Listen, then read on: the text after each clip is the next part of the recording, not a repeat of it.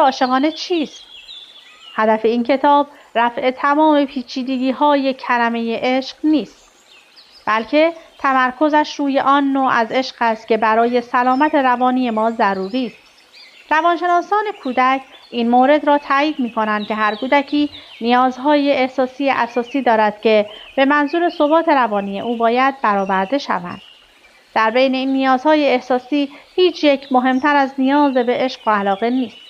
نیاز به اینکه حس کند به کسی تعلق دارد و او را می‌خواهند.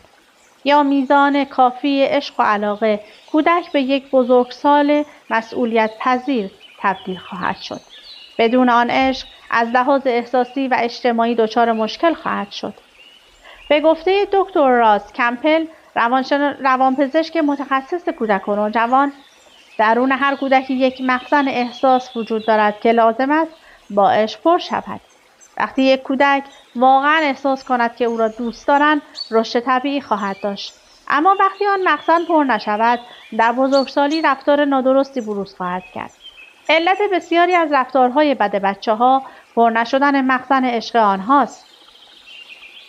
وقتی این حرفهای دکتر را شنیدم، از استعاره‌ای که به کار برد خوشم آمد و به صدها والدینی فکر کردم که در دفتر من از رفتارهای زشت فرزندانشان صحبت می‌کردند. هیچ وقت نمی‌توانستم مخزن احساسی درون آن بچه‌ها را ببینم، اما نتایج خالی بودن آن را می‌توانستم ببینم. رفتار بد آنها حاصل جستجوی گمراهانه عشقی بود که از سوی والدین دریافت نکرده بودند.